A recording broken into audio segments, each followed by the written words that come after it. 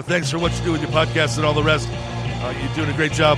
Hope everybody keeps tuning in. You get a lot of good info, a lot of insights, understandings of how to get strong, how to stay strong, how to use your strength. You do a great job, dude. You make things better than they are in real life, I think. If you don't follow Massenomics, y'all do it. Social media, website, everything. Massenomics.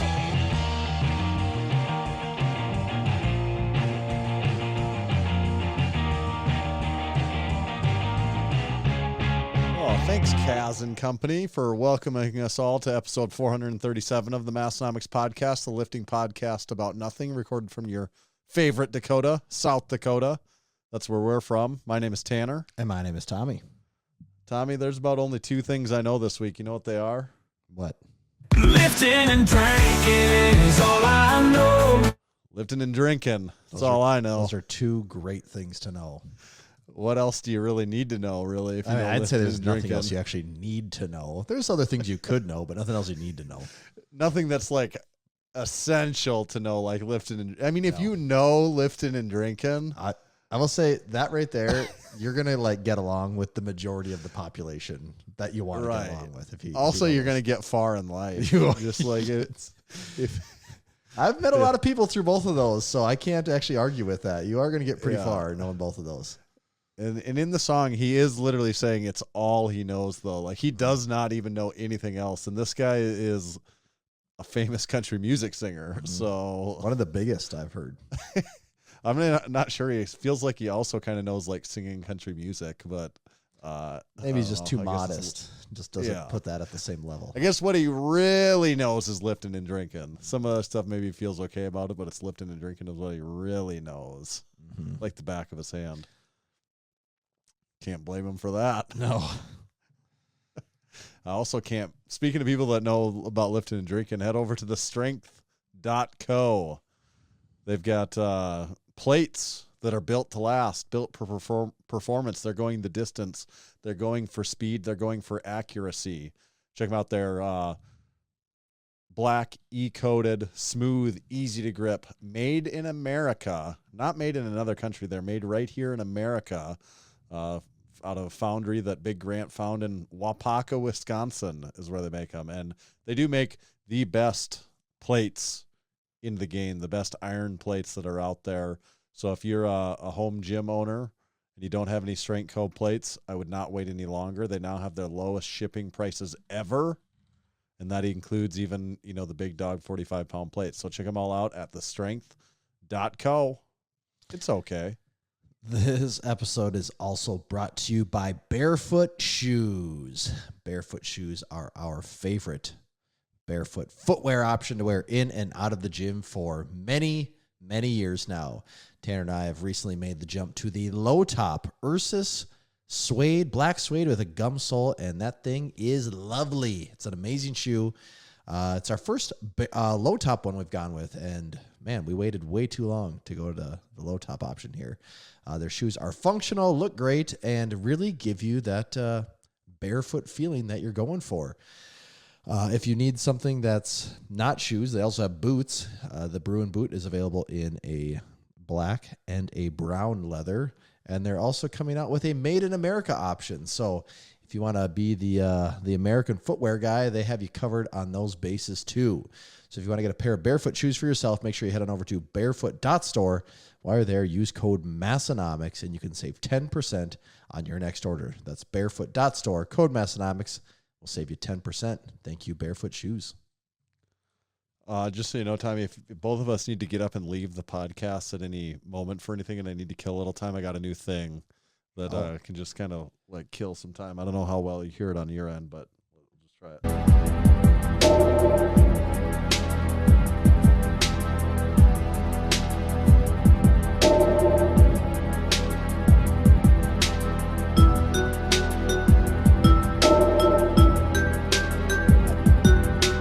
Absolutely none of that comes through, so I have no idea. You're not well, it's okay because everyone but you will be able to hear it, so yeah.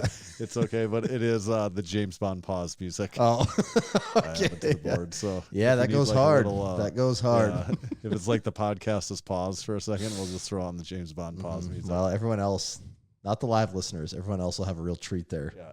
You'll just imagine. Yeah, this is for the live listeners. Zoom doesn't like music which is funny. Even just like that, it's just, like even like it totally music, just nothingness. That's odd that it. But maybe it thinks it's background noise or something. I don't know. That's weird that it doesn't come through. But it'll come across in the recording, Lima Charlie. Yes, it will. Oh, I can't wait to hear that. Yeah, we got a big week this episode. We're actually going to do a title topic this week. We'll get to that later. What the title of this topic is, you've probably seen if you've read the title of the episode, 437. But we've got some other stuff first. First of all, I've got tracking. So last week we talked about tracking. So are you still tracking on the tracking, Tommy? Hell yeah. Yeah. I don't think I'm just gonna need a weekly tracking update. Well, It's just after, if it's still tracking that you're tracking. After I talked about it for 45 minutes last week, I decided, you know what, I'm over this, and I checked out. Yeah. No, I'm still tracking everything. Not so it sounds like all the tracking is still tracking. Oh, tracking is tracking. And Keith said in the Discord, and this is my question as well. We saw some chatter this week about people tracking or getting back to tracking in the Discord. So I'm curious if we either inspired or reminded some people to go back to tracking their macros. Yeah, if they're just like, all right, damn it, I guess I'll do it too. It's like the community aspect, right? Where you're like, I think so. Like everyone's doing it. Yeah, I got to do it too. And if you decide, if you're just hearing this, you're like, you know what, those guys are talking about tracking macros. I should. MarcoFactor, the app, use code Massenomics. Get you an extra free week on your trial and gives us a little referral bonus. We get a kickback out of it, so we appreciate it. It's funny, when I was lifting in the gym on today's Tuesday, maybe it was just yesterday. Must have just been yesterday, lifting with Sergeant Anderson. And he had a good meet. He was really happy with his meet. He competed at the Lift Hard Live Easy Classic. Was that actually his first meet ever? That was his first meet ever. Yep, and good, he hit good first meet. Big squat and big deadlift PRs. He deadlifted 545, which he never, like his biggest single before that was maybe like 520. Yeah, that's awesome. And he had hit like a 20, 30 pound squat PR. He's been using JUGGERNAUT app, and he actually made the comment, you know what? I just want to like slowly gain a little bit more weight. He's like, I'd like to get closer, like in the next year, if I could get a little closer to being in like the higher end range of like the 242 class or whatever that weight is. He's like, over the next 52 weeks, I'd really like to get close to that without getting way. I mean, what everyone wants. Like, he's like, I don't want to get way fatter, but if I, right. And I said, well, do you track your macros? Like I was like, I'm trying not to sell him on this, but I was just curious. I'm like, very relevant, timely point you're making. I'm like, do you track it? And he's like, no, I haven't. And it's the exact same thing as us. He'd used my FitnessPal before many years ago and has done a little bit of tracking before. And I'm like, well, check this app out. We just spent actually I said, listen to this week's episode of the podcast, first of all, because you'll get a lot of questions answered. But like, if it's interesting to you, check it out, because it sounds like what you're wanting to do, this could actually be pretty beneficial. So well, good. Real life referring people. Convert just in the person. I have not downloaded the app yet, but I have been considering it. Well, you've just been hanging on for dear life, though, to be fair. That's true. That actually is true. I'm my wife is back though, officially last night. I was telling you, the flight was even delayed by like 6 hours. So I did have to do one more unexpected, my 9th night in a row of just me at bedtime, supper time, bedtime, and all of that. But I survived. And I said before, there's really minimal difference between 8 nights and 9 nights. But when I thought it's when you that see I the was finish now going to line have and help, it moves out a little farther. That's the worst pain there is. They moved the goalpost on me, a classic moving the goalpost on me scenario. But my wife is back, so is back to systems normal, where we have a little partnership of being able to share and do the duties together rather than just myself, which was tough. Very tough. It was a tough assignment for me over that last week. It's no walk in the park, is it? It was not a walk in the park.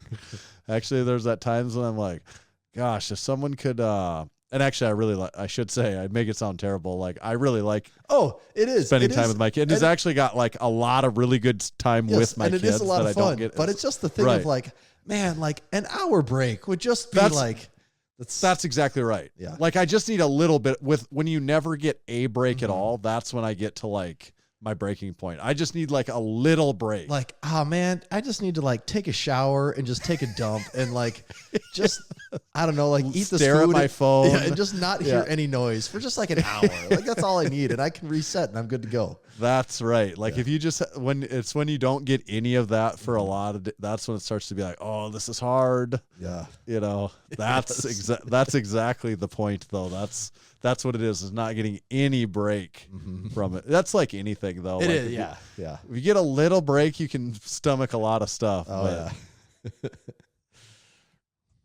Let's see. We do have which one of these do we want to mention here? Oh, we can do a really quick one here. Actually, really quick one too. New YouTube video this past week was my home gym tour.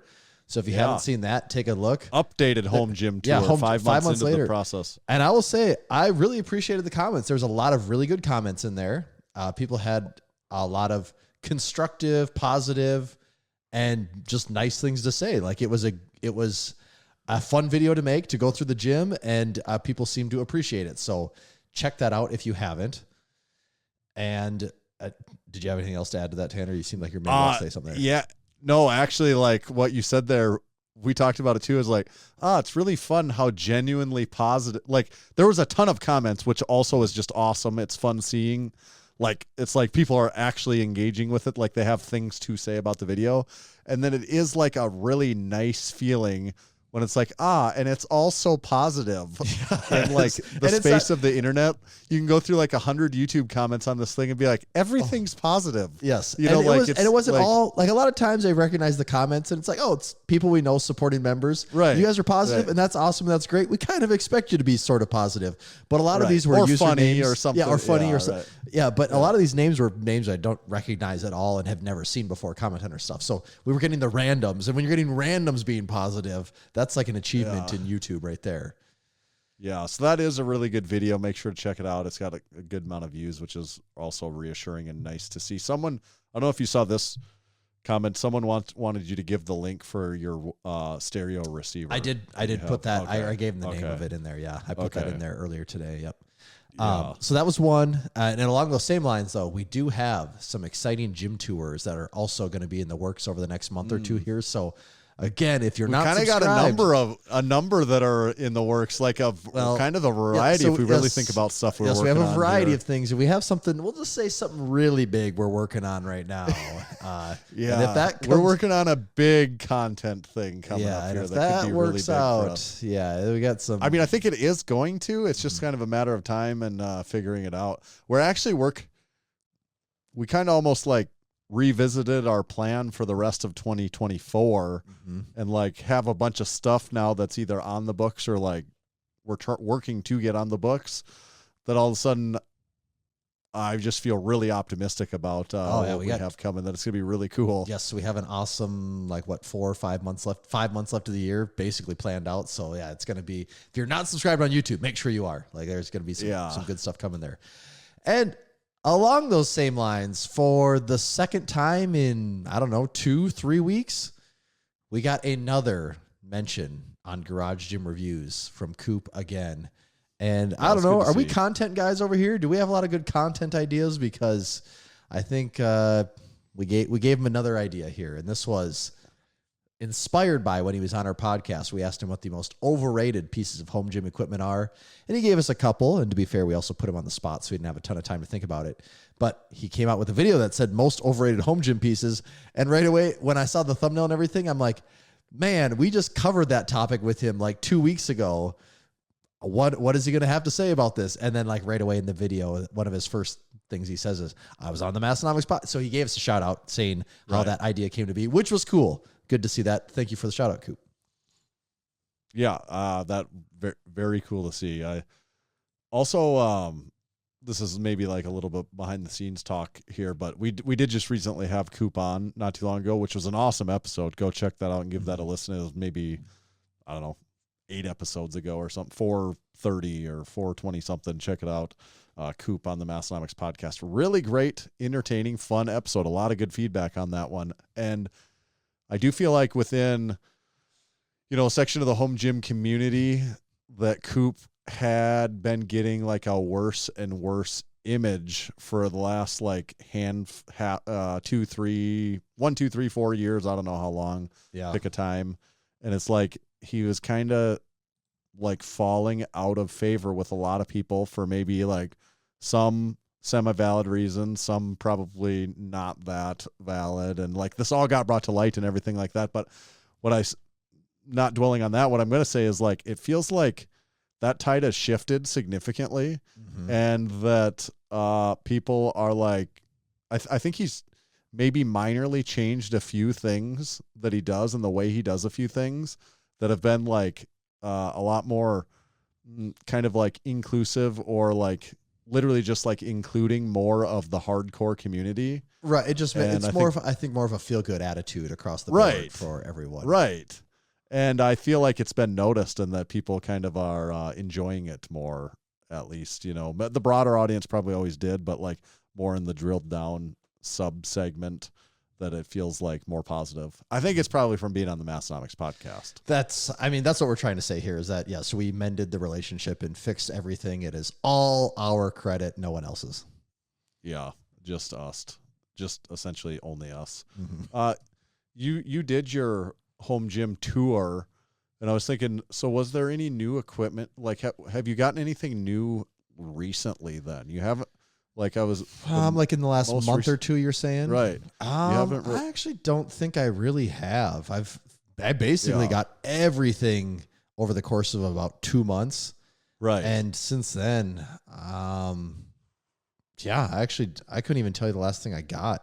I think the last thing I got was the weight pegs, the band pegs for the front of the rack to hold my change plates. And that was probably 2 months ago. So Carp sent your Genesis deadlift jack in the mail that you had picked up at Home Gym Con. But like even there, like it's like, oh, that felt like that was that kind of was a few months ago. Keith said I got those new dumbbell handles, the plastic ones. I've actually had those for over 2 months now too, maybe even 3 months. So yeah, I basically bought everything in the first 2 months that I got my gym set up.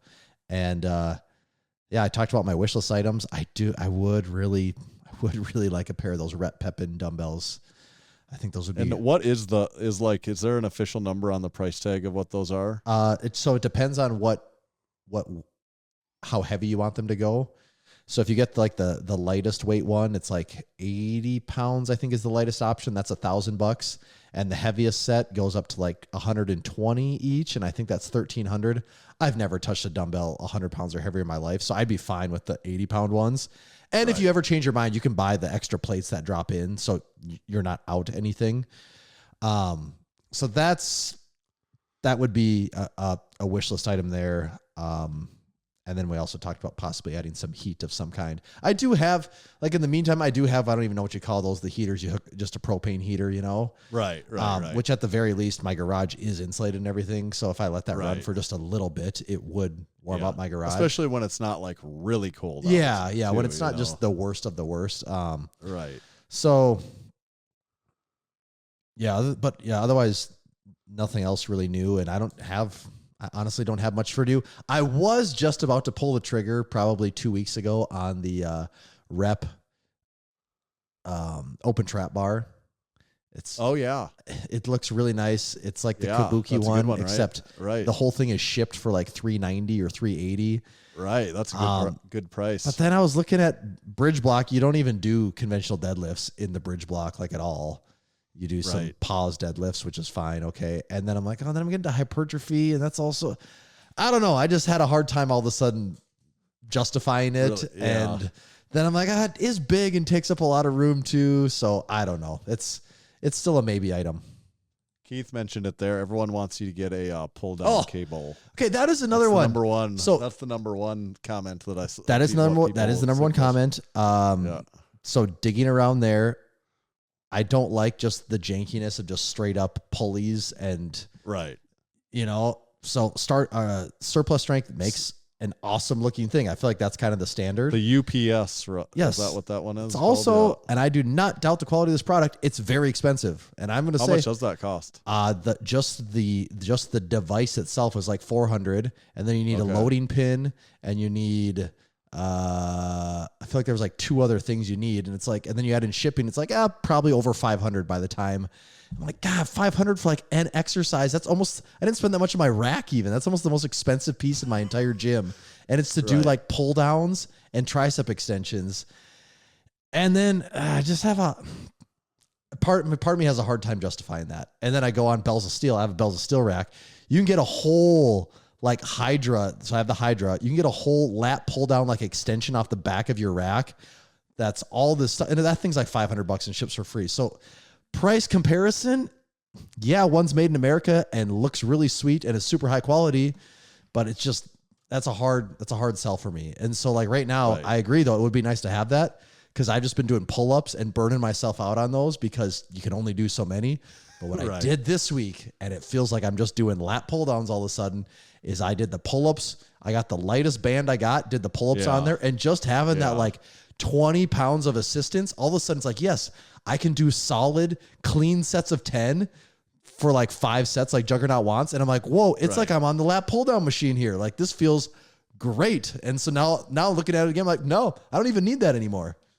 Right. It's actually pretty relatively easy to scale those too, because you can stand on it or put your knee in it. So knee in it's going to be less pressure than standing on it, or you can just use a different band and then have those 2 options, so you can keep doing things like that to change the resistance too. Mm-hmm. Yeah, definitely people want you to get that. That was the most common suggestion. Yeah. Yes. And I don't know, like you're the same way. Cables, what do you do? Do you do anything cables besides pull downs or tricep extensions? I do pull downs and I do tricep extensions. Occasionally I'll do a curl on there, but I wouldn't absolutely 100% not. I'll just do it for the sake of doing something different. It's not my preferred. Yep. But when it comes to pull downs, I do like the cable and on tricep press downs. But like Keith says, low rows and seated rows. Does anyone even do those in the gym? That machine isn't really set up to do that very well, is it? No, you can do low rows on, we have that. You can do low rows with the cable crossover because we have that low row seat that you can set out there, but like nobody gets that out and does that. Or you can do low rows off of the Rhino if you wanted to also. But I don't remember ever seeing anyone do those movements, which is funny because then I go to a commercial gym and I feel like those are some of the most common movements you see in there. But I'm just not a huge cable guy, I guess, so I don't feel like I'm missing out on a ton there. Low rows, actually, I'm not. This isn't even a comment about them being a good or bad exercise, but I know they are an exercise that carries favor in a commercial gym because you can put a whole bunch of weight on it. And you can lean back on it. So, all right. Exactly. All right. So I see the littlest guy's doing way more weight than me, and I'm like, well, yeah, because you're pushing out with your legs and leaning back. That is 100% a reason why people like that lift. Right. I got a couple pieces of equipment. The one that came today was I got the Oak Club basketball hoop. Oh, it did show up. Basketball hoop. Yeah. So I've got to put that up in the gym. And then I also got a couple of pair of vintage York collars. Oh, I did see those. So is this something you've been looking at, or what was the story behind those? I wanted the spin lock ones, are the ones that kind of look like they really look old, like they have the knobs that come out on the end of it. I wanted a pair of those actually just to put, how I have my York deep dish mounted on the wall. I wanted to just put those like on the peg that sticks out past the plate. I just wanted to, so I put one of those on each of there. And actually the other style, which is the speed lock, which is just kind of like the big bolt that goes through and tightens onto the bar. Those also were just kind of cool, and the guy was selling both, so I'm like, I'll buy those also. All right. So is this like in like a vintage weight group or something you found these? Or? Yeah, it was a vintage weight group thing. That's what I was thinking about getting for a while, and he had those, and I got them both, and I did want those, the spin lock ones. Yeah. So are those like what? Do they know roughly what year those are from even? Oh God, I can't even remember. I'm certainly not an expert on them. Somebody, pre-1980. Probably not on the speed lock ones, which are the less cool looking ones. Those are probably like from the 80s or could even be from, they're probably between like late 70s and early 90s.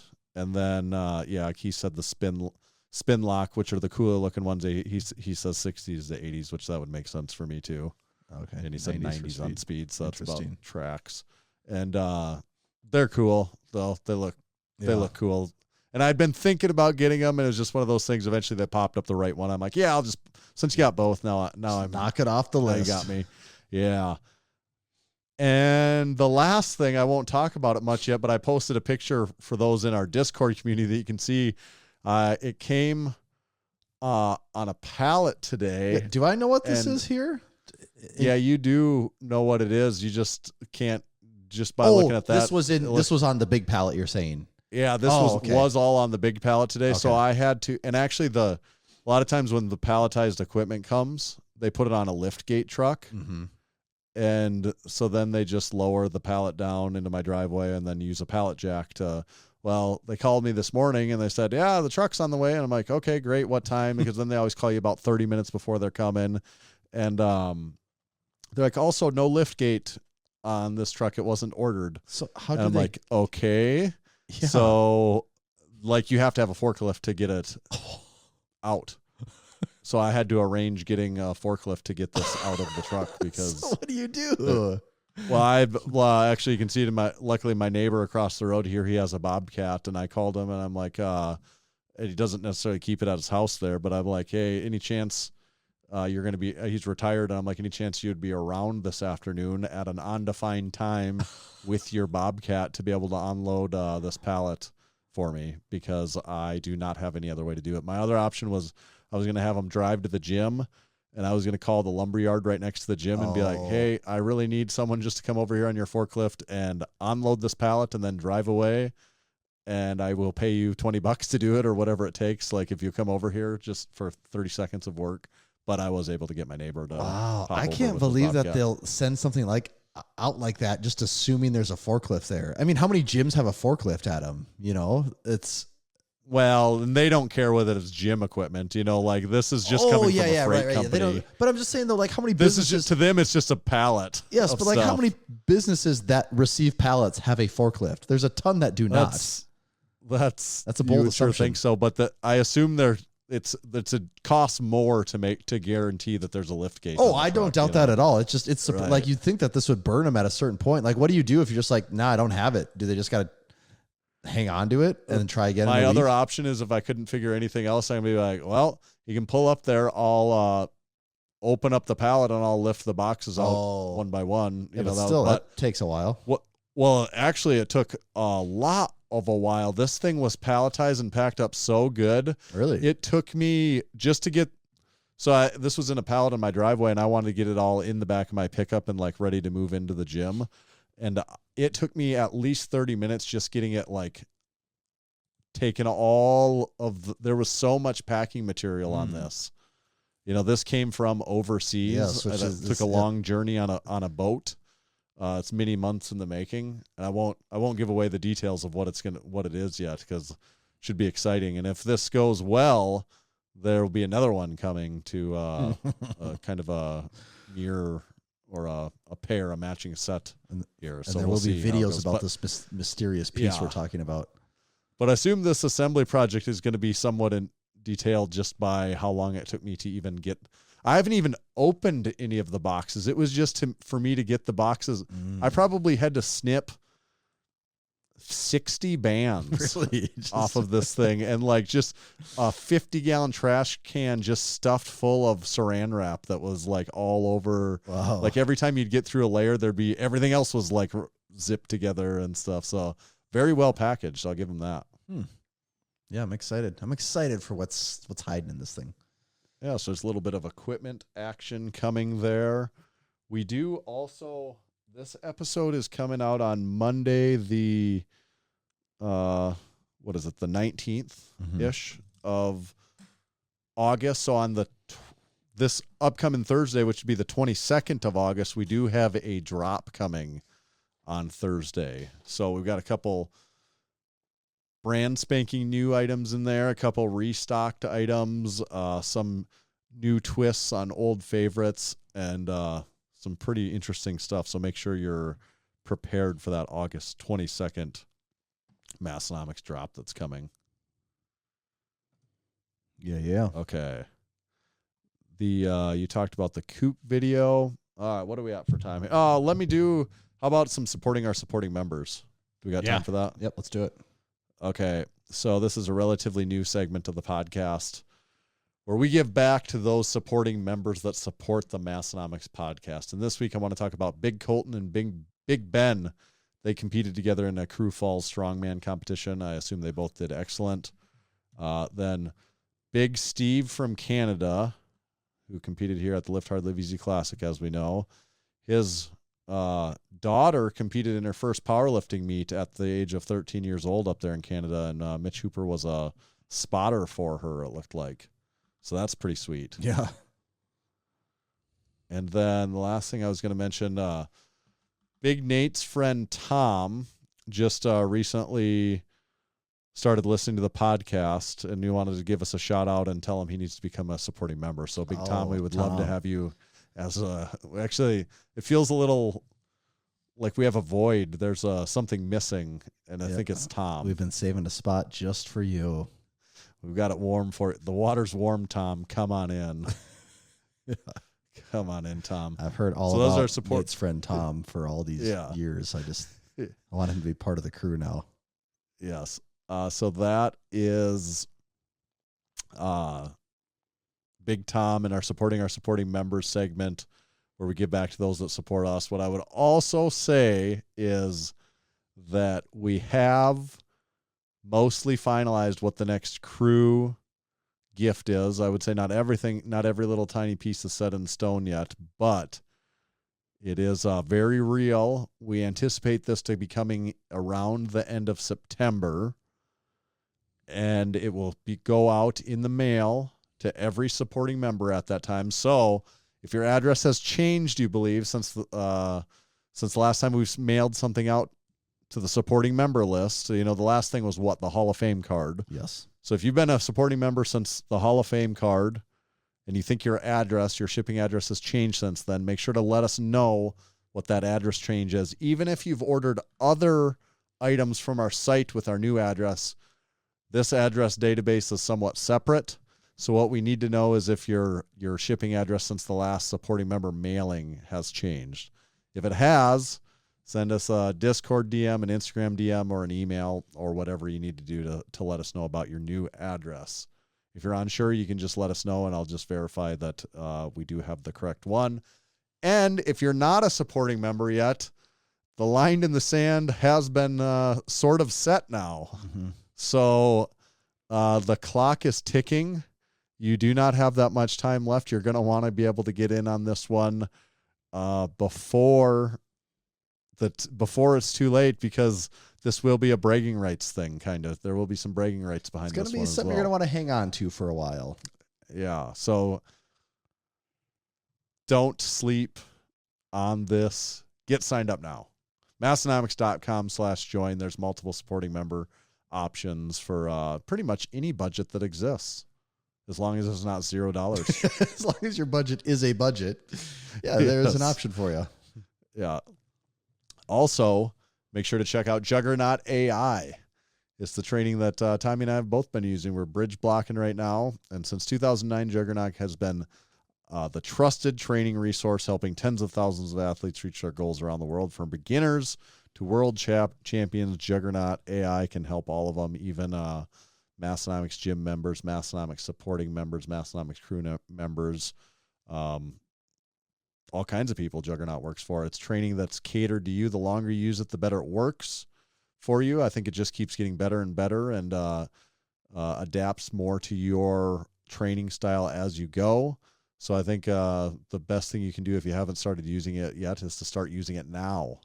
You can sign up for that at juggernautai.app, and that's where you can use discount code Massenomics to save you 10% for the lifetime of the membership. Just make sure when you sign up to sign up through the web browser, not through the app, because you cannot use the discount code through the app. And one important thing to note, we'll probably talk about this more if we talk about our training at the end, but they just released a major update to the app. Have you seen that on your phone yet, Tanner? Yes. And there's some goodies in there. So maybe we'll talk about that more later at the end of this episode or next week, because it is cool to see when you're spending money on something that they are continuing to put effort in it. They're not just letting the app just sit and be stagnant and die. So yeah, maybe at the end of this episode, we'll talk a little bit more about all those changes that have taken place. Point. And this episode is also brought to you by Swisslink. Swisslink has been importing military issue goods to the United States and into the hands of those yearning for quality goods at uncompromised prices for several decades now. They know a thing or two about a thing or two. Right now, if you head on over to swisslink.com, you can find the best selection of classic wool blankets, camouflage outfits. In the military, they probably don't call them outfits. They probably call them uniforms, don't they, Tanner? Oh, cute little outfits. Big military guy over there. We got camping and outdoor gear. We got backpacks, duffel bags, liquidation items, bath and body, and so much more. Heck, you can even get a Wavian fuel can. Tanner just recently got one for his fuel can needs. Just used it tonight mowing the yard, filling the mower with gas beforehand. Set for life. That's a lifetime piece right there. If you want to check out Swisslink's unrivaled collection, head on over to swisslink.com. And while you're there, make sure to use code MASS, and you can save 15% on your next order. That's swisslink.com. Code MASS, save you 15%. Thank you, Swisslink. All right. Oh, here we go. And that's right. You know what that means. You just heard the sound of Disturbed. That means it's time for our title topic of the week. Whenever we hear Disturbed, you know that means we're jumping into the title topic. Everyone perked right up whatever they were doing because they knew the title topic was about to be announced. Is that Disturbed? It must be time for the title topic. I'm going to just take a quick segue on the title topic, though. Because actually, could we quickly pause? Thirsty over here. We'll come back to you, Disturbed. Don't you worry. So what are you drinking over there? I'm on Waterloo Orange Vanilla. Check out this thing. Melted ice pop? Yeah, bubbly melted ice pop. I haven't had it. Those crazy bastards at Bubbly, what are they thinking over there? Let's see how it is. Ooh. That's interesting. So when I think melted ice pop, I just think super sugary, artificial fruit popsicle flavors. Yeah. That's kind of what it tastes like. Right. Yeah. It's pretty good. It wouldn't be my go-to, but I'll give it a 3.5 actually. Okay. Not bad at all. Melted ice pop. Okay, so let me try this again then. There we go. Mm-hmm. Now it's time. Disturbed. So now it is time for the title topic, and having prepared quite a bit for this, but not actually specifically preparing what the exact title is of the topic. This is a title topic without actually, like all of our title topics, is the title topic without a formal title for the topic. Yet. Yes. Usually we kind of know the goal. We know the theme, but the title is TBD. Yeah, but so what would you describe what we want to discuss today? I actually think I would just say the business of online apparel. That's maybe the best way to put it for now, until we think of a slightly better title for YouTube. Yeah, so it's like the business of online apparel sales, somewhat specifically how it has how I would say changes to the business, how it's affected Massenomics, what we've had to do differently, how we've seen it affect other businesses in the space, probably looking most closely at like fitness or lifting brands in the space, because that's how it relates to us, of course. You know, the overall apparel business is much larger than the fitness apparel business, but the fitness apparel business is kind of something that we know a lot, and we know a lot of the players. So changes to other companies in that space, and then maybe like where we see it going or other challenges. And that is part of it, is that there's just been a lot of challenge. Like that's why this topic comes up as interesting, because there has been like a not not free of challenges. Yeah, and that's.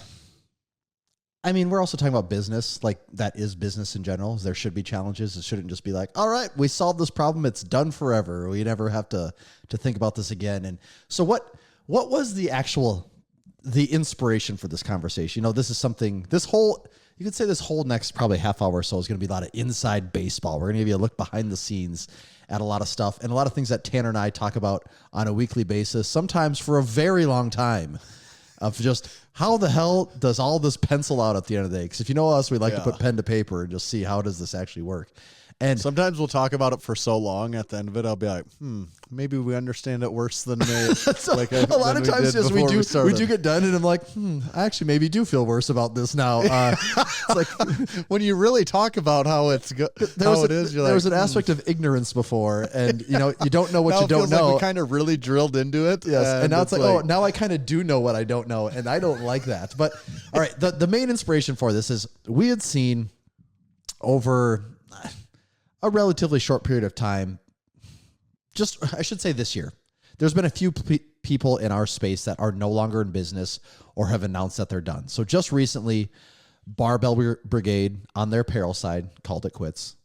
Live Large, Nick over at Live Large, he said that this will be Live Large's last year doing apparel.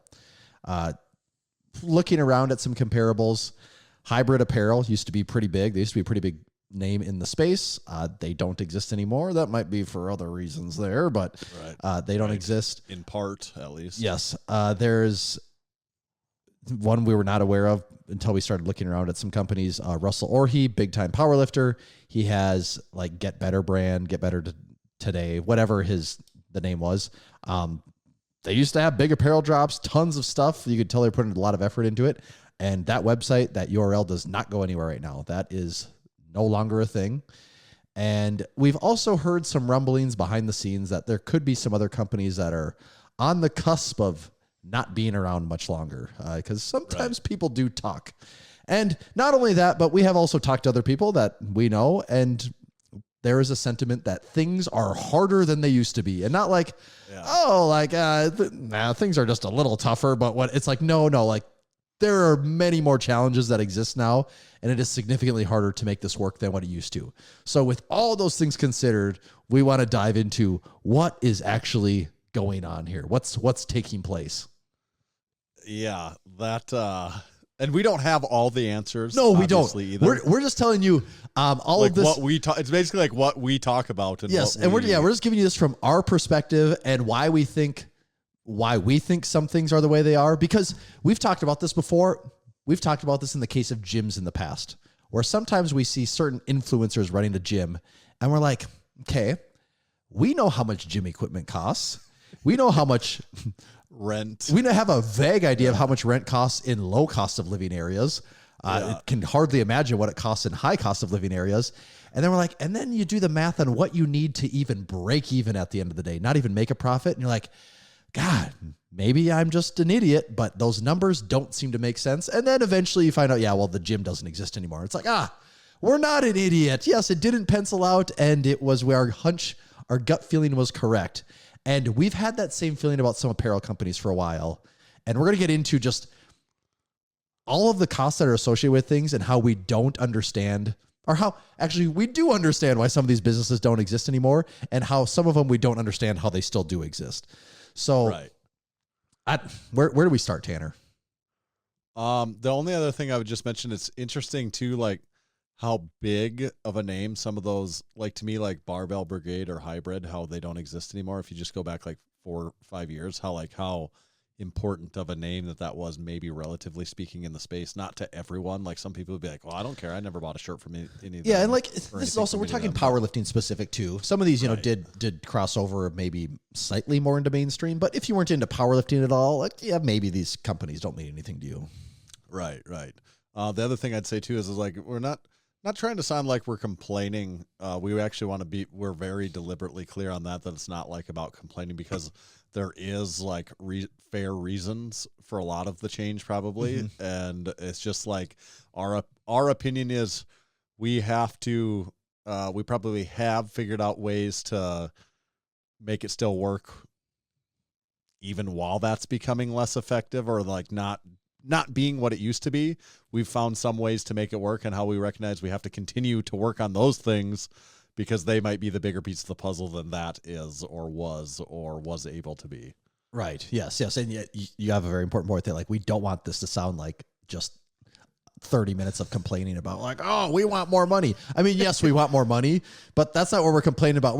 We've had a lot of observations, and I think it's always a really interesting conversation when we have this. And I think some other people, if you follow Massenomics closely, or if you're just interested in the space at all, you might find some of the economics of it all interesting as well. Yeah.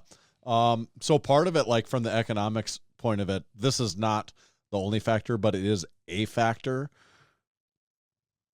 I guess maybe you call it inflation or whatever, but the economics of printing a t-shirt and being able to sell it for a profit has changed a little bit, in the fact that it has certainly got more expensive. Our costs have gone up significantly. Like if you looked at it from a percentage point from 4 years ago, like it could in some cases cost us almost 50% more on a lot of items. Like that's not an unreasonable. And I think that's the first thing that's chopping a lot of people down is right. The margins used to be, I'm not going to say fat, but the margins used to be pretty good on a lot of this stuff, to where you could play looser and not have every dollar accounted for. And now if you want to do that same thing, you basically have to have $40 t-shirts. And then once you start adding in shipping costs, you're in the mid 40s for a t-shirt. And that's kind of insane. And I don't want to be charging people that much. I don't think a lot of people want to pay that much. I mean, I don't want to pay that much for a t-shirt. And that's the first one, that is probably where things should be, to keep everything scaling proportionally. And unless you're the biggest of the biggest names, you basically can't do that. And so that right there is just cutting a lot of people out of the equation. Yeah, that's true. And I would say, even like from us specifically, like if you look at the way we price things like, I am a price conscious. Both of us are price conscious shoppers ourselves. And I think that like plays into our strategy of how we do with things, as much as we joke, we don't want to be the most expensive on like anything. No. Like we definitely do not want to be. We also don't want to be the dirt cheapest ever too, because that's also sends a certain other message too. Probably. And like, we do think we offer a pretty premium product for the price as well. So like, we try to be kind of like, we look at what people are doing, and we always try to be like, not the cheapest, we try to be kind of right in the middle. And really what ultimately sets our price most of the time is we know what our cost is on this. That's defined. What price can we sell this for and still justify even selling it? Mm-hmm. Like if we sell it for too cheap, it's like, okay, now we just officially donated our time to do this. That was not worth it. On top of taking on a lot of risk to make almost nothing. Right. That's another one we've just been more conscious of as well.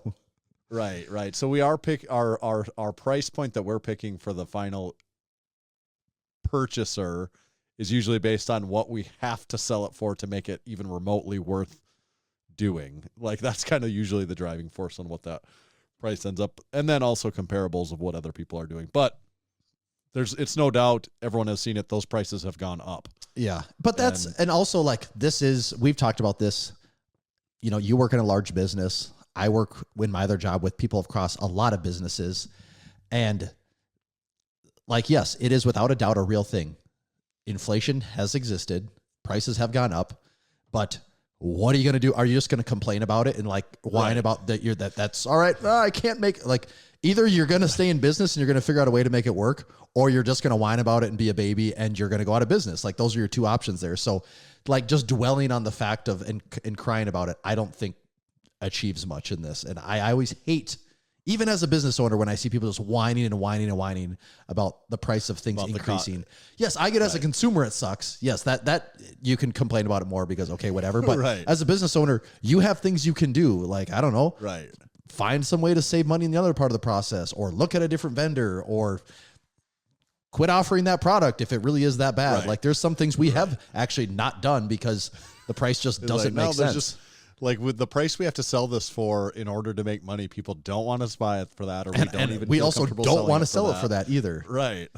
So you just don't make it then for that reason. Yes, but that is and that is a fact. Like prices have gone up, and that's not just that is on shirt blanks. That's on t-shirt printing. That's on shipping the t-shirts to us after they're made. Yeah, that's shipping on them out. That's on shipping them out. That is on. Well, actually, credit card prices have stayed mostly the same. Like that hasn't really changed. But almost every touch point across the board, like the prices have increased there, and so price is one for sure, without a doubt. Right. Another thing I think of too is like I don't know if this is true or not. You know, we're talking about some of these old standing brands going away and not doing it anymore, but it seems like overall, like from like especially compared to 10 years ago, there is way more options out there too for the consumer, like which is a good thing. I think it just got, although we're talking about getting more expensive, it got way easier for people to sell a t-shirt if they wanted to sell a t-shirt. Like just like the business model just got easier for everyone to be, which is a good thing, I think, honestly. But for selling stuff, you're dealing with, you know, fighting over the same dollar from the same person that could be split a lot of ways, even within the same little niche market that we exist in. 100%. And so whereas the first challenge would have been pricing, this next challenge, you could say competition, or you could even just say options. Right. Yes. 10 years ago, if you were into powerlifting and you wanted to get a powerlifting shirt, I don't know, you'd maybe get like something that said Inzer on it, or like Titan support systems, and maybe there was something else. I don't even really know. Like, cause that was, you know, that was relatively early YouTube, Instagram, as far as like the fitness world goes. So there wasn't like Mark Bell was coming around with, you know, like Slingshot was starting to be a thing. So that was getting, and there was a lot of people wearing that at the time. Like you'd find that stuff, but there just wasn't a ton out there. Like fitness influencers were starting to be a thing, but they weren't getting, for the most part, they weren't making t-shirts. And if they did, it wasn't anything like sophisticated, or they didn't have like this team built out to fulfill, design, build, and fulfill orders and all that. Whereas nowadays, just look, the number of drop shipping companies that will do print on demand. I mean, if you have a following or a audience of any kind online, more than likely you probably have a link that is selling you a t-shirt of some kind that either is on your own store, or a store that you wouldn't even know as a consumer, but is behind the scenes, just a drop shipper for them, so they don't actually have inventory. Or they might be teaming up with a apparel company that actually, you know, does all this for them, and then that influencer is getting a small piece of the commission. So there's just so many more avenues for people to monetize their audience that didn't exist the way they do now. And because of that, we're just seeing, if you're into anybody, if you follow anybody, if you're engaged with anyone, more than likely they have merch they can sell you. And that was not a thing 10 years ago. Right. Even just like, and also just e-commerce in general. I mean, just like even in of course, 10 years ago, e-commerce still existed, but I would say from 2014 to now, it is just way more common for people to buy, you know, just purchasers make, like that's how everyone shops now too. Yeah. So it makes sense, but yeah. So what else has changed then overall, like in the larger, you know, there's a lot of unknowns. Like we don't know exactly all the reasons of why it gets harder too. You know, like these are just some of our theories of why it's gotten harder for probably us and others like us. But. Yeah. Okay. This is where I have we have a ton of notes here that we haven't talked about yet. And some of these, it's like, I'm actually running out of ideas how to keep these cleanly organized. But I think where we struggle to see, like, how did some of these businesses make this work, and we couldn't figure out. Do I still got you, Stan, or you were freezing for a second there? Oh yeah. Oh, okay. Yep, I was hearing you. Okay. Yep. So we're looking at it is some of these bigger companies. So people might not know this. If you followed us for a long time, you know this, but maybe more recent people don't know, is that basically every one of our shirts, we do everything in the entire process besides print the t-shirts. So we design our own t-shirts.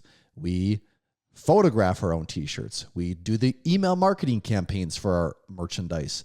We do the Instagram social posts. If there's a video, we make promotional videos for our merchandise. We warehouse our own merchandise. We fulfill our own merchandise. We ship our own merchandise. We also do all the customer service that comes with that as well. And yeah, we do every step of the way besides the actual putting Print. of ink on the items. Yeah, that's the only thing we don't do is the actual manufacturing of the products.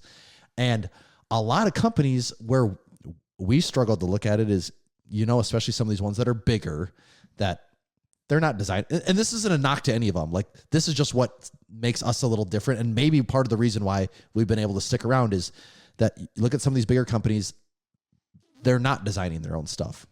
They're not manufacturing it, which most people don't. They're not fulfilling and warehousing their own items. They're not shipping their own items. They're not really doing the customer service part of their own items. They're definitely not doing the marketing. They're not doing the only part of the marketing they do is their large audience that they have. I'll make the post, but they're not doing the photographs. They're not doing the email campaigns. They're not doing the videos. So it means most cases they're paying people to do all so of that every stuff. one of those their steps, margin is getting like every one of those razor steps thin. is someone you got to pay. And depending on how legit, I work in the creative world. The ups and downs of it are, man, you can go on Fiverr and you can find someone to do just about anything for $5. And as far as creative goes, you might get lucky and find someone that's really good, and you might get something that's not worth it at all. And usually the more established your business is, you can't afford to be taking risks on like things to go wrong. So you pay the good photographer, you pay the good video guy, you pay the good people that do email marketing, you pay the good website designers, you pay all of those. And every single one of those touch points, like, those people aren't cheap because they're not super easy to come by. And then all of a sudden you're looking at the margin on a $30 to $35 t-shirt. It's like, okay, out of all of my units made, that person's getting several dollars. That person's getting several dollars. That person's getting several dollars. And Tanner and I are looking at it and thinking, where does the person that's actually running the company make any money in this whole thing? Like, how do you... Right. And also the t-shirt world, like, there is the economies of scale, but it's not that much. Like, no, it's not as much when, as you might when you're think, printing actually. t-shirts, the difference from 50 to 100 t-shirts is a little bit. And then the difference between 100 to $500 to 500 t-shirts is a little bit. And the difference between 500 and 1,000 t-shirts is a little bit. Like, we're not talking like 50% savings. We're talking about like a few percent savings. Like, so it's not like, oh, well, they print like a ton, so they're saving a lot of money. They're saving money, but not a whole lot. And so I think that is an advantage we've had, is that we do everything in this process. And yeah, it's time consuming, no doubt about it. It's a ton of work, but we also are very familiar with every step of the way. We know how this goes. We know what stuff costs. And we also get to know our customers way better throughout the whole process too. Yeah, I think that's an advantage also. That's an advantage for us, obviously. And then for other small companies similar to us, it's an advantage when they do the same thing, or even some have gone the step farther, like Frank at Lift Evil. He does everything, plus he prints it. So he even has a little more. So he can move, at the end of the day, even move a little less volume and still make an equal margin. Or Huck Finn Barbell. Yep, they print they do all of their own stuff too. They do everything we do, plus they print it too. So they could even do a little less volume still and still make the same margin. So that's companies like that can probably survive. Yes, because both of our business models, because you're putting in all the sweat, you're doing all the work. Yes, and both of our business models don't rely on either having a ton of different creatives on retainer or just a lot of freelancers that you just have to hope are around. And if they start bailing out or you start losing them, like, whole parts of your business start falling apart. So there is that reliability when you do it yourself, on top of actually making things profitable. Yeah. We also talked a lot about like what we've done, some of the stuff we've done differently. Do we want to talk about that, or is there other stuff more to talk about what we're closer to what we're yeah, well, okay, yes. So this next one actually talks, it's just like strength training actually, is what you did 10 years ago isn't necessarily what worked 10 years ago isn't what works today. And I mean, you see it online all the time. People have some success in their business, and whether they hopped in at the right time or whether they were just, I mean, some of it is just dumb luck. You were in the right place at the right time. Some of it was the thing that you made aligned with what the algorithm wanted or what was a popular fad at the time. But there is this thing of what worked at one time doesn't guarantee that it's going to work today. And I mean, we've seen that between all of our stuff, actually, like with Instagram. I mean, how many social different media posts for sure. Just social for sure. I mean, what worked on Instagram in 2015, 2016 would get you nothing today. I mean, there was a time of like a couple years where we could make the Versus series. If you've been a longtime Massenomics follower, we would make a dumb thing. Like one of the first ones was like Arnold Palmer versus Arnold Schwarzenegger. And you'd make just dumb comparisons between them. Yeah.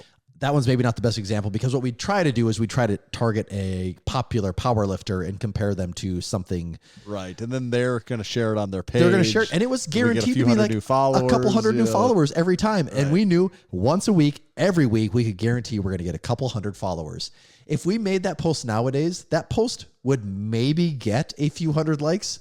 And if it got shared, even if the person shared it, we would get there's no carryover from that. Yes, then, and like whatsoever. And like that's just one example. I mean, there's a lot of meme formats. I mean, I don't know if you guys know this, but memes have changed drastically from the days of Bad Luck Brian and that stuff to whatever you even want to call a meme today. To like even like the TikTokification of everything. Like the language and the vernacular and the style of your posts. If you want to be relevant today, you can't post like you did in those days. And you also, if you complain about it, you're just yelling into the clouds because you know who doesn't care? Instagram and the algorithm. Like it's just the machine keeps turning. So either you're going to get on the ride and play the game or you're not and you're going to get left behind. And a lot of people don't seem to have that awareness. They're like, I've always done this. It always worked. It's like, has it always worked? Or did it work for you 5 years ago and you're still like, crying and complaining that it's not there today? So right there, you just like online marketing, social posting has changed drastically over the years. And it always is changing. Like the second you maybe think, hey, this is working, you can almost be guaranteed it will not work anymore. Again. Yeah, that's true. So that's a big one in the social side of things. And then with us, if we're going to talk marketing, just the marketing picture in general has changed a lot. You know, whereas before you could just, the world was so innocent and young and naive. You could do all of your marketing just purely off of Instagram and things would go great. And it's like, no, if you look at how we do it now, we cast a pretty wide net. Like we have Instagram posts, we have Instagram reels, we have email campaigns, we have YouTube videos weekly, we have podcasts weekly, we have a supporting members, we have a Discord, we do our own meet. Our email list. We do our own meet. Like we do so many things to hit different people. And a lot of these things we weren't doing to the extent we are now, like, 5-6 years ago. Like that has also changed a ton. And that's part of the evolving business, Mark. I mean, that's just part of the landscape of where things are is you have to keep I mean, we even have TikTok, Tanner. You post things on TikTok occasionally. That's true. Yeah, a couple times a week, and YouTube shorts. Yep, is another thing. And so there is a very wide just in general way wider variety than there used to be too. Some of it ours is less effective than other parts of it, and other people have other parts figured out way better than us too. But we work on a lot of that stuff all the time. We do, and so along those lines, we've also we've diversified our income. As dumb as that sounds, for an apparel business, we have though. Whereas that's a big part of what's actually has worked for us. That we've found that like that is the recipe for us to be able to keep making, even while this specific thing is getting more challenging. We diversify in these other areas, and then overall our total picture is still good. Because we have had to do that. Had we not done that, if we would still be saying, what the hell are we doing? If we still were just purely a merch company, especially a company that was based mostly on, I'm actually going to say even take out Drink Spotters. If we were purely like an apparel company, I don't know. There's like maybe a 50-50 chance this is still going right now. Maybe even less than that if this is purely an apparel company, because it would still probably exist, but I don't know if we'd be putting a whole lot of effort in. It'd be like, this can just live online forever and we'll collect our few sales that just organically trickle in. I'm not sure it would have been worth our time to keep doing this, but we have diversified in a few ways. And so from just being purely apparel, we have some hard goods. We got some different items that are like Drink Spotters, or, we've tried to throw some other things on the website that aren't just always apparel. So it's kind of the same thing. It's still kind of in the merch line, but it is outside of pure apparel sales. The other one, the podcast, has been an item that has had a lot of branches come off of it. So one, we have been able to monetize the podcast. It's nothing crazy. I actually still think for all of our sponsors, it's a pretty damn good deal for the how loyal our listeners are, how engaged our audience is. I think for all of our sponsors, it's a pretty solid investment for them. And with that podcast, we've also been able to market our supporting membership program. So, with that is the Discord. And so for people that listen to this, if you are a supporting member, thank you so much, because you for sure have played a role in like just supporting us directly and making this whole thing work. It really is hard to imagine Massenomics without the Discord and without the podcast nowadays. I mean, that almost is what Massenomics is. Right. Yeah, that like is such a huge part of it now. Yeah. What else have we done differently? So it's the different products. We have a meet now. We actually have a powerlifting meet, and this was another debate we had at the end of the day. It's like, God, for the amount of work we put in financially, was that worth it?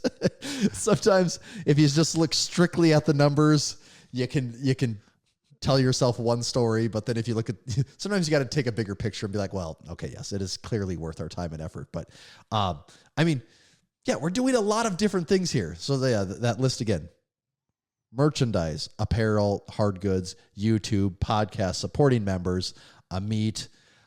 Technically, actually, YouTube itself even pays a little bit of money. That's nowhere YouTube, near. We get a little money nowhere from near what it does for the effort we put in, but it pays a little bit of money.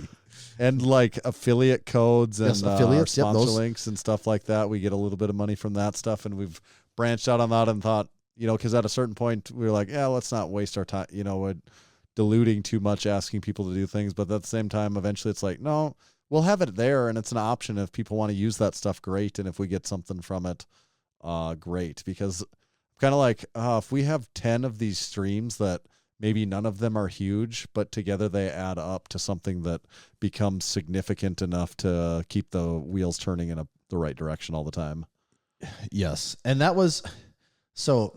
that maybe turned into a little bit of like how Massenomics is working right now versus the general apparel. But I mean, that is part of the reason. Like if we would have taken the approach of just being apparel, I'm not totally sure. Massenomics definitely wouldn't exist in the capacity it does right now. And I can't say 100% certain that it would actually still exist today if we were strictly apparel. And I think comparably, that's why we're seeing some of these companies just quit.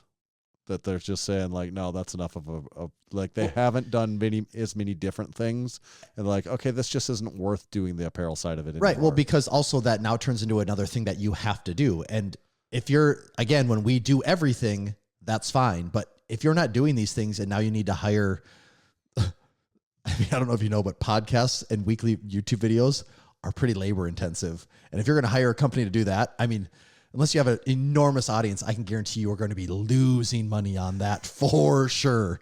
Like do this, go look at a local videographer, an actual videographer that's running a business, not a college kid, and go see what they're charging like an hourly rate or for a video project. And you'll realize, I cannot afford to hire someone to start a YouTube channel for me. Like that's something you have to do for the love of the game right there. Yeah. Big Anthony asked about the gym money. Yeah, the gym is separate. So the gym, actually, the money from the gym literally stays in the gym in the sense that all of the money that's ever come from the gym just goes back into the gym in terms of equipment or paying the bills and stuff like that. So, but that is separate. I guess it's, if someone from the outside is looking in and wondering why we didn't mention that, it's just because it is a separate piece of the pie for us. Yeah. One other note I wrote down in all of our stuff is, I think another thing that maybe distorted or skewed some people's perception of the market was if you had an online business, or actually a lot of businesses in 2020 and 2021, you could have seen some awesome action in that time because, and we did too, people, depending on what state you were in, were locked down with nothing to do and weren't spending their money anywhere else. And so they were looking for a place to spend it. And also people were getting some checks, some stimulus checks were out. So there was some money floating around. And if you were in business in 2020 and 2021 online, there was a good chance that you were picking up some of that extra money because things there was a while, some of those months, it's like, where are these sales coming from? Like, that was dumb. Like thinking back at those times, there were some days you would just roll out of bed and it's like, who is buying this stuff? Like, how are they finding us?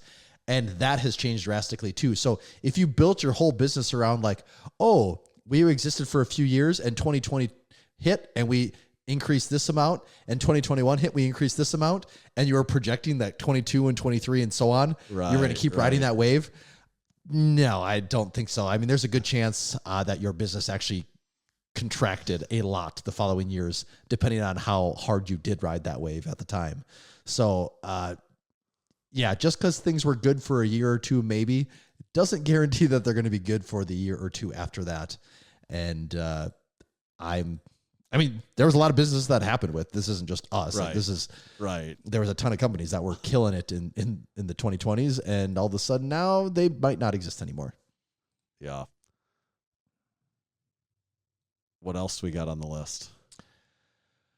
I guess that's about everything on my list.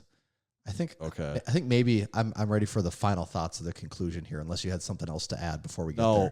One thing I would add towards the final thoughts is I think our strategy, like it has always been, we'll wait for every one of these companies, every other one of the other ones to go away, and then nobody has a choice but to come to Massenomics when they want to buy a T-shirt in the powerlifting space. But that is a joke. But part of it just gets to be more and more real every year. That's why I'm like, I don't know. Like, if enough of these go away, eventually, like, there are still people that like lifting and want apparel that is talking about lifting. Like, if I realize it's kind of contrary to what we're talking about because there are so many options out there too, and like, there's always going to be new ones coming. But also, a lot of them going away. That is part of the thing. A lot of them aren't companies. They're right. It's just large a person people, influencers that have an audience that are selling something. And so they're capturing that disposable income that a company like us maybe wouldn't then. Right. So that, I think, is part of our strategy, is just outlasting all these other ones. And then we're just last man standing. Yes. Final thoughts for me would be, now more than ever, if someone ever said they wanted to get in the apparel game, I'd almost be like, dude, you are wasting your time. Do not do it.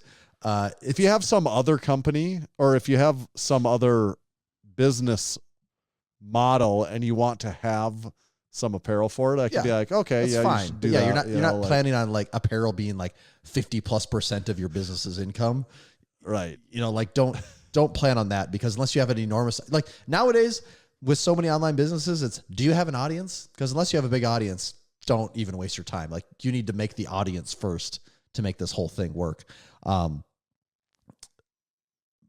But I think what I would say is all the people that have supported us, especially through our supporting memberships on our website, massenomics.com/join, in case you were wondering, like those people, that is one of the easiest ways to like directly support us on a continuing basis. Like, I understand, like, maybe you don't want to buy a T-shirt every single month. There's people that do, and that is amazing, and we love you people for that.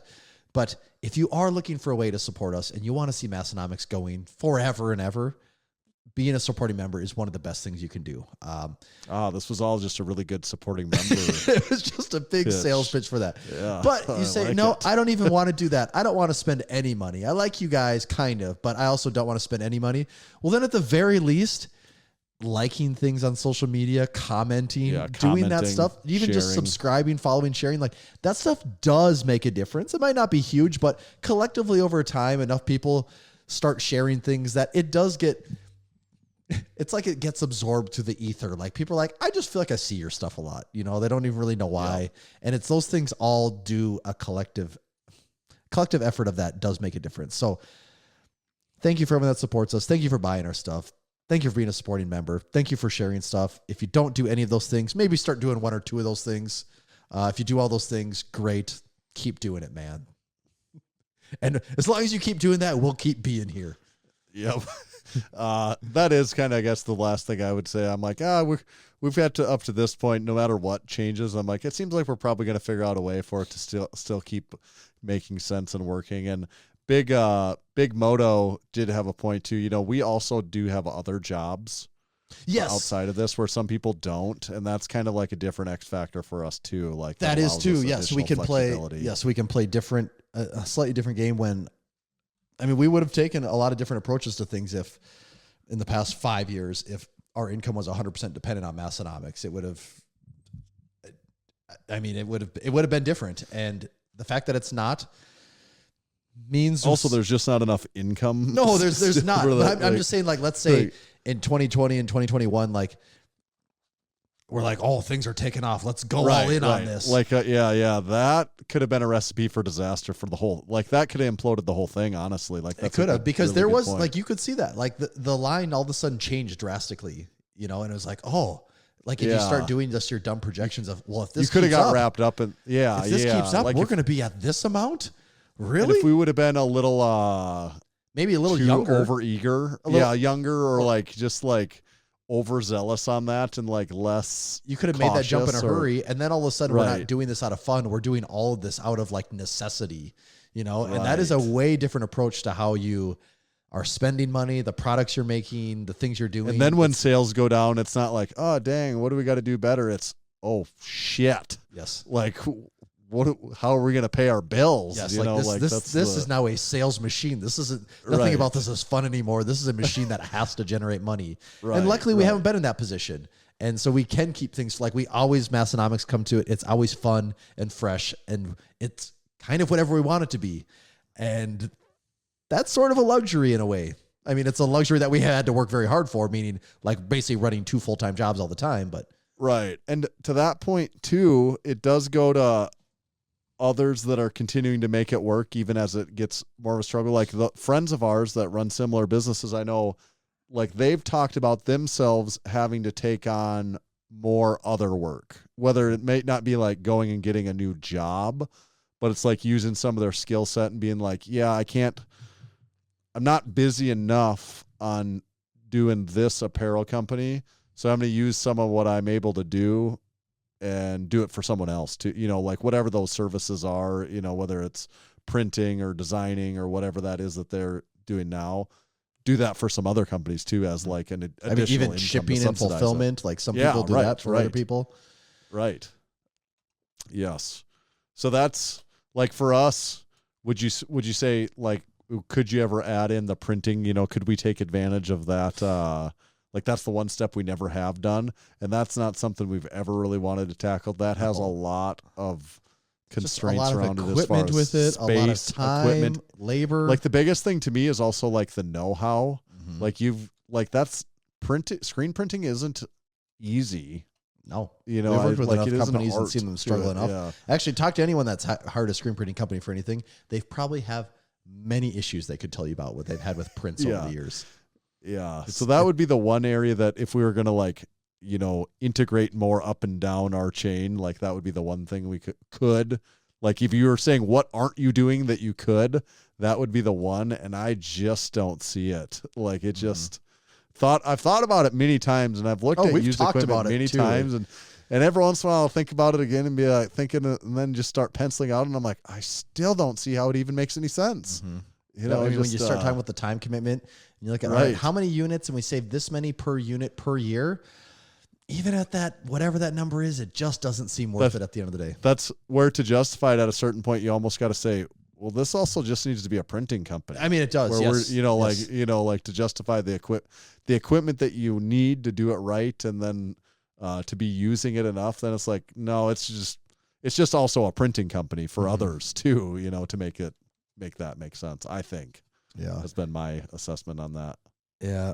One other thing too, maybe this is just people doing stuff in general, is it felt like, especially a lot of the things I followed for a while, it's so easy to get caught up if you're listening to audiobooks or YouTube channels or whatever it is, that it's just always bigger is always better. Like you got to scale that business, grow that baby, keep it going. And at a certain point, there's like, you know what? You know, it's actually also kind of nice. Like just having your thing be your thing. Like not having to have 4 owners or 2 owners and 10 investors or 1 owner and 30 employees. Like at a certain point, it's like, now, you know what's cool? Just doing what we want to do because we want to do it. We don't got to run it by anyone. We don't got to clear it with anyone. We don't got to ask for permission. We don't have to worry about keeping this person fed and paid and all of that. It's like, no, it is our thing. And it starts and ends with us. We don't have to answer to anyone else with that. And a lot of people, I don't think they realize yet growing a business, yes, there's unlimited options with having a ton of money and scaling and all that, but it's not all without, it's not for free. Like it is going to cost you something. And that might be a certain amount of freedom. It might be a certain amount in just choices, but that's at the end of the day, like this is still our thing and we can do whatever we want with it. We're not beholden to anyone else. Right. Yeah, that's a good point. All right. Is that our title topic in a nutshell? I think that is the title topic. How did we get in this bloody nutshell? How did we get in this bloody title topic? And thank you, Disturb. So maybe closing title topic would be Disturbed also. Closing time. Oh, I don't have that one. Here. Should we kick out the live listeners and get them out of here. Last so few just so I know, roundups? big ortho bro. That's Big Anthony. Okay, I wasn't totally sure. Yeah, but now I know. It's Ronnie Coleman and it's his Discord. Isn't that Ronnie? Yeah, I just presume it's so small, but I assume that's Ronnie. The other thing is Crew Falls. December to remember. Have we announced on the podcast that that's happening yet? Or I don't know if we've. No, we haven't. Did we announce it last week? I don't think we have. It should be worth announcing actually this week then. So Crew Falls, speaking of other things we do, like here's another event that we like didn't exist that we're like, no, how do we make this really awesome for the people that do want to be a part of it and do want to be in on it? And it's like, well, maybe we have this one huge event every year, but how do we have some other smaller ones? So we added this Crew Falls event where we go to Crew Falls, where Tommy's hometown, Sioux Falls. Well, hometown, South as Dakota. of the last year and a half. Yeah, that's true. Like, what does it mean if someone says hometown? I always assume hometown mean means like where you grew up. Like where to me, you grew that's up. hometown. Actually, I think it depends on the setting, because if you were out at a business conference in Atlanta, Georgia, and someone said, "Oh, Tommy, what's your hometown?" As you will frequently find me. You were saying that, and I'm just like, oh yes, what one, Tanner? I've been to so many of them there. Well, what year are we talking about? You're at what quarter? What business quarter are we talking about? Because I get there quarterly. Maybe that's why we're not making more money. We spend so much on these cross-country business trips. We're always getting our associates together and going to Benihana's, and they're like cooking food and throwing it in our mouth, and it's just okay. How about this? We're at the Arnold, and someone from a booth that we talked to a few times, through the last 3 years, they come up and they say, "Oh, what's your hometown?" What do you say? I mean, now actually, did you say it's Millbank or you'd say Sioux Falls? No, I would say Sioux Falls. Right. If they're a big Alabama person, I might say Millbank, because maybe that would mean something to them, with Coach DeBoer. But right. Actually, that's a good point. But otherwise, I would say Sioux Falls now. Yeah, you are. But right. I do think it did sound weird when I called that your hometown at Sioux Falls, because that's not what I. Yeah, I've never thought of it that way. What's Tommy's hometown? I wouldn't say it's Sioux Falls, but in certain situations, you would say Sioux Falls probably. Or if someone says, "Where are you from?" Obviously, that one is going to be Sioux Falls. Yeah. Where are you from? So where are you from is different than what is your hometown. I think so. I think you're right. I think it is different, but it really. Also, these are situation dependent, though. It does depend. But from is weird too. If I really think about from, it's like, where are you from? Like, where did you come from originally, or let's actually be honest here. If anyone from outside the Midwest says where you're from, you just need to say South Dakota, because even that's already this ambiguous blob. Saying a city, maybe that's the thing. Like, the farther away from home you get, the more general the answer gets, I guess, too. That's probably the thing too. You're like, okay, all right. So I'm talking to someone, they're not from the Midwest. I say, "Where are you from?" They say L.A. I know exactly what you're talking about. They say Seattle. I know. You say Miami. I know those places. New York. I know what you're talking about. Right. You say something in Oklahoma. I have no idea what anything in Oklahoma is. So you could just say the entire state at that point. And I assume the roles reversed. It applies for South Dakota as well.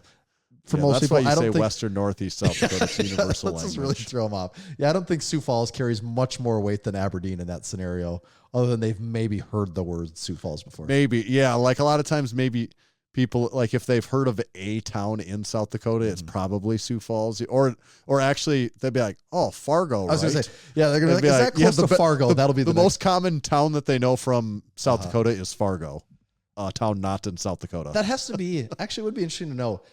If you were to say the most popular cities just by awareness in the Midwest, Fargo has to be in the top 3, doesn't it? I think so, because honestly, like I think people, if you say you're from a Dakota, the first town they're like, yes, Fargo. I mean, if someone said name a city in one of the Sioux Falls Dakotas, is Sioux Falls bigger than bigger than Fargo? I think it actually is a little bigger, but Fargo has the thing of they have Moorhead right next to them too, but Moorhead's in Minnesota. Oh, you're right. It's separate. But I think the metro area here might be a little bigger still. Like Sioux Falls is probably growing faster than Fargo is, but I guess I don't have my pulse on Fargo, so maybe I'm wrong on that. But I just know Sioux Falls. I think they probably have an easier time naming Fargo than they would a city in Iowa, wouldn't they? Someone not from the Midwest. I kind of feel like that. Yeah. I think so. I think Fargo really has a ring. So there's something about it. I mean, the movie and the TV culture, show. The movie and the TV show alone probably like do something for that, right? Yeah. Iowa got to ride off of the Slipknot wave for a while, but it just didn't have the same thing that couldn't last forever. It couldn't go forever.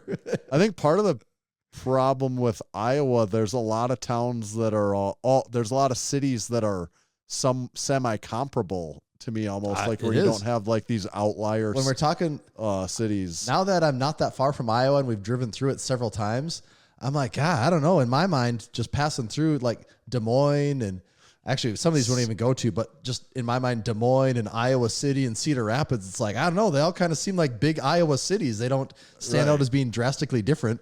And I'm sure Iowa people, which we do have a lot of listening, are like, oh my God, you think those places are the same? But in South Dakota, it's clearly like, well, that city is significantly bigger than the other ones. It's not even comparable. Right. You take the big 3, which would be Sioux Falls, Rapid City, Aberdeen. They're all drastically different than each other in size and and really it's the big 2 there. Right. Yeah. If I say 4, then it would be Watertown, and I would say Aberdeen and Watertown you couldn't necessarily tell a difference from. Same thing with like Brookings. Like you throw Brookings in the mix there. It's like, I don't know, those cities are like sort of the same. Those are all then kind of the same. Mm-hmm. But part of it is geography maybe too in South Dakota that separates it. Yeah. Or topography maybe is the that's the more proper.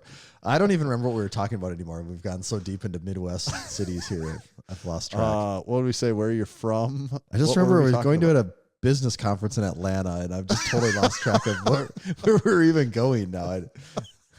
My hometown, but I still don't even know why we were talking about that. Because I said, what is your hometown? Tommy's hometown is Sioux Falls. Why were we talking about that, though? I feel like this is like an actual point to our next thing we were going to say here. December to remember. That's what it was. I'm like, what the fuck are we talking about? I could not remember it. All this for the December to remember. Which reminds me. Yes. Back to our point. December 7th, 2024, in Tommy's hometown, where he's from, Sioux Falls, South Dakota. We call it Crew Falls. And this year it's a December 2. Remember, because it's our second annual event here. So Crew Falls is back. It's going to be better than ever. The date, like I said, is December 7th, 2024. It's in beautiful sunny Sioux Falls.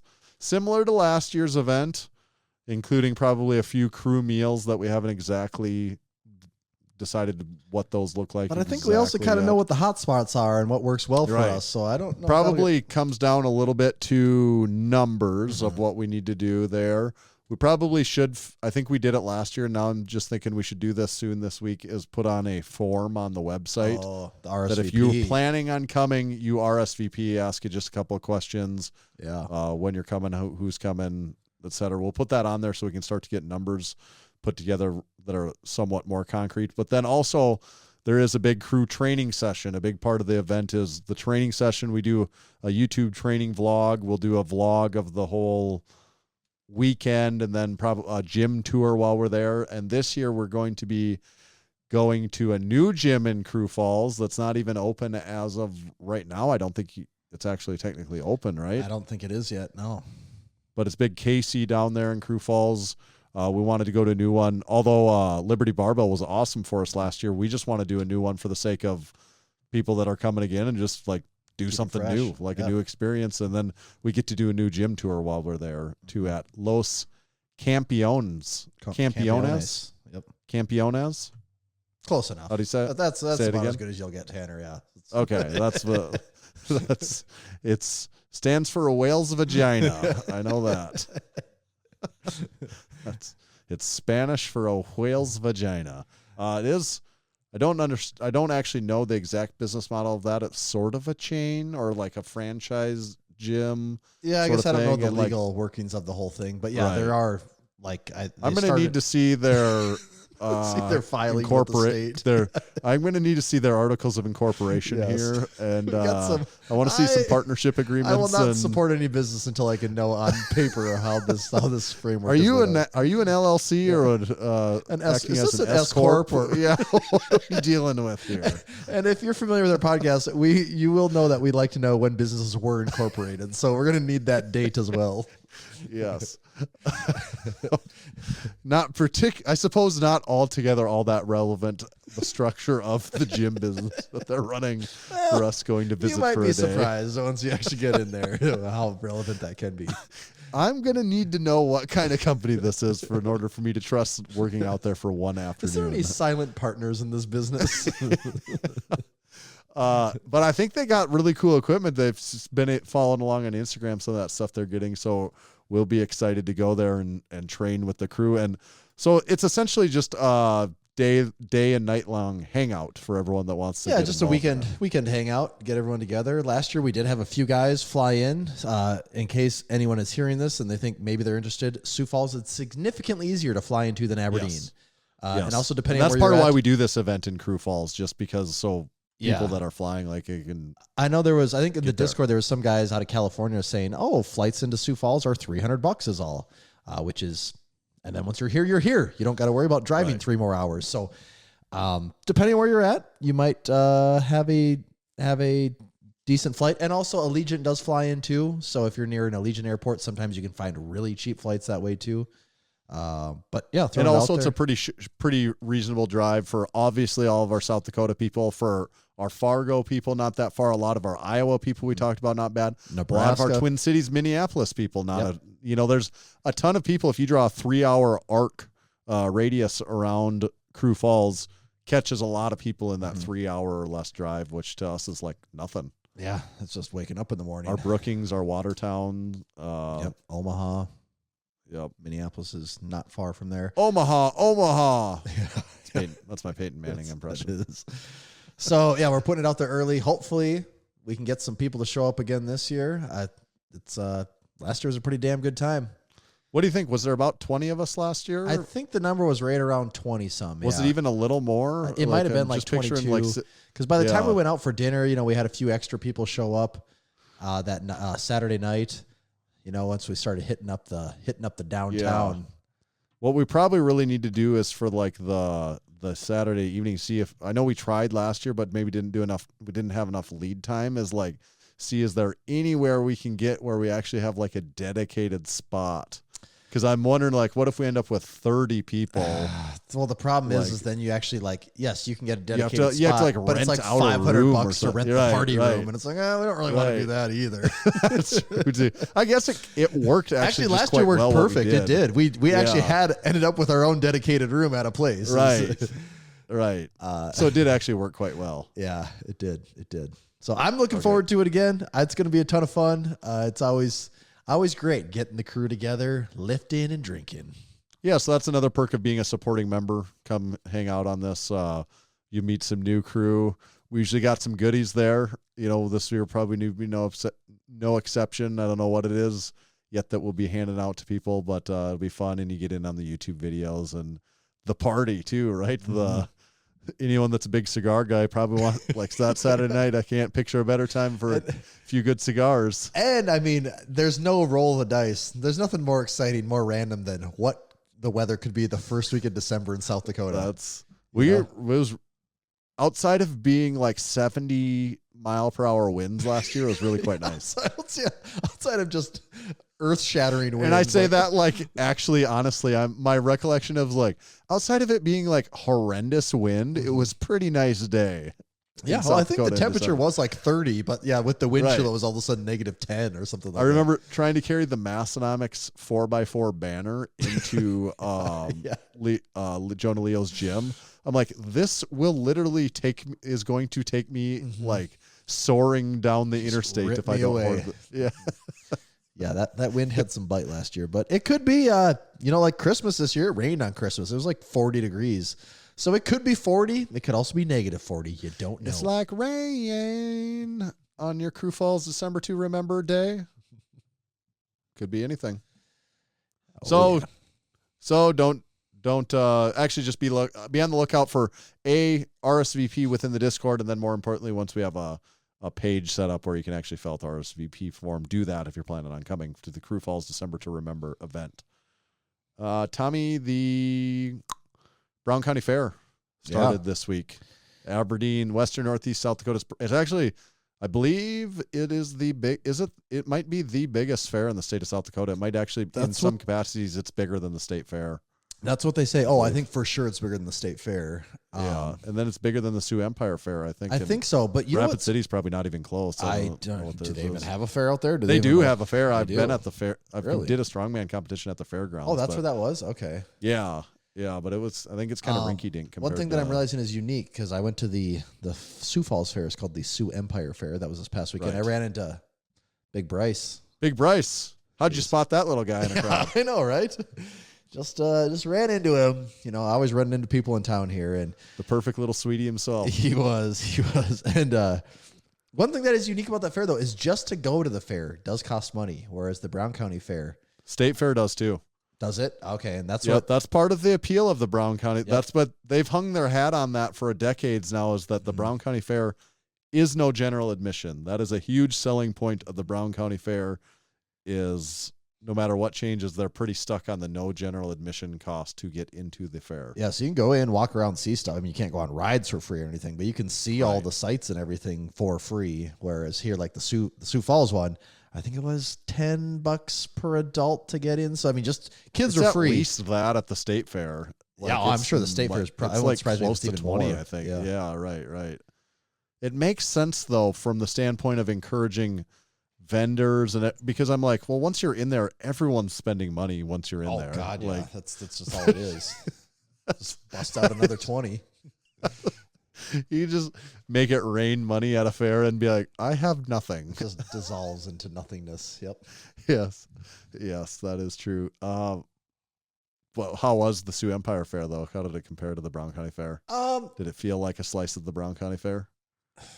Kind of. It's a little different here because what do you call it, the midway or whatever, where they keep all the rides? Like that whole area is asphalted here. It's tarred and asphalted, so it's a little cleaner in that way that you don't have, gravel and dirt blowing around if it's a windy day. That's part of the mystique of the thing. You're just filthy. It's like you're just constant dirt clouds everywhere. Yeah. So like that is a different aspect of it, and I do think the Brown County Fair plays into the agricultural part of it a little more. Like the Sioux Falls one does have the barns with the animals and all that, but I think there is more of it at the Brown County one, which also makes sense. The state fair is the premier one, I think, for 4-H showings and stuff. I think so. Yeah. The night I was at the one here, we went and did the rides, and there's a lot of people there, and also that night was a Flow Rida concert. And I am Oh. not lying when I say that line to get into the concert had to have been several thousand people long. I'm not exaggerating. The line Really? was one of the longest lines I've ever seen in my entire life, and it didn't change. So I don't know if they weren't letting people in yet, or if they were that slow to get them in. But I mean, it would take you many, many, many minutes to walk from the front to the back of the line. So that was Florida. Florida on a Thursday. Do you think everyone got low then, or what was It was going down for real, is what they said. Everyone had their apple bottom jeans on. Florida. Yeah, if you're like 2007 to 2012, I gotta he had say a though, 5 years. He had the Zoo Bar top shelf Oh on my a God, complete stranglehold for 5 years. he did. He absolutely. That was even into maybe even like 2014 or 15. He just for a while. He had an absolute stranglehold on. Dude, I have so many memories, just vague memories of being pretty all intoxicated. of his songs and just like, he's got, Florida like- just playing so insanely loud, and it's like I don't even know what's going on, but I do know Florida is inside my brain.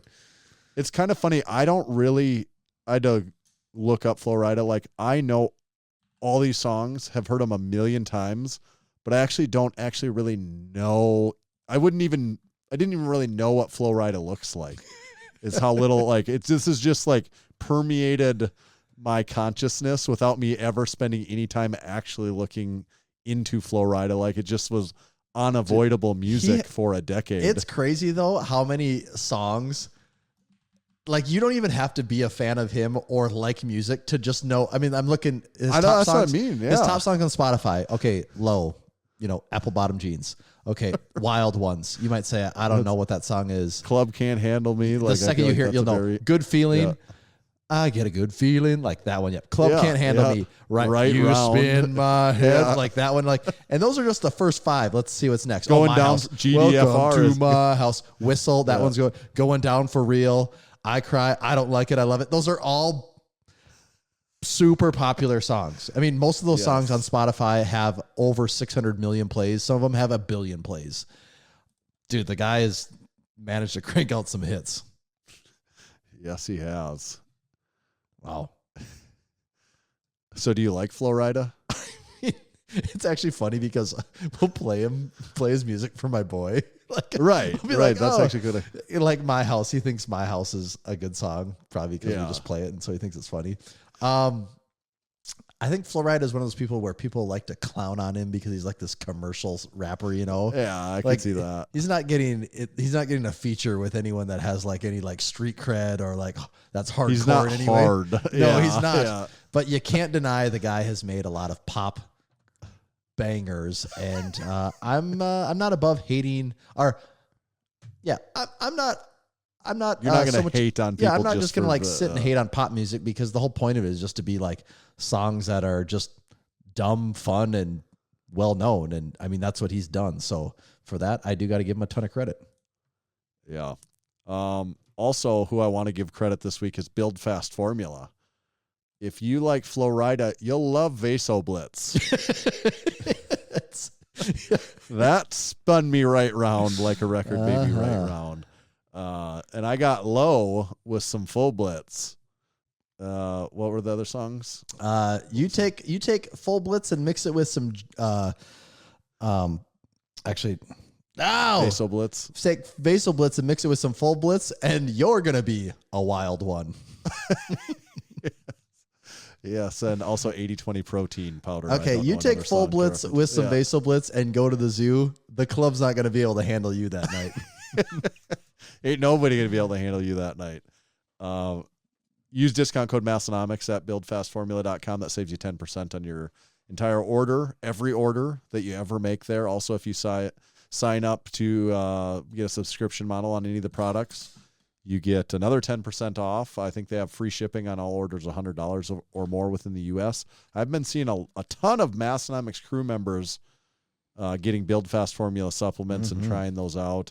Our go-to is the 50-50. 1 scoop of Vaso Blitz, 1 scoop of Full Blitz. Mix those together for your pre-workout. You'll be right as rain, perfect as punch. BuildFastFormula.com.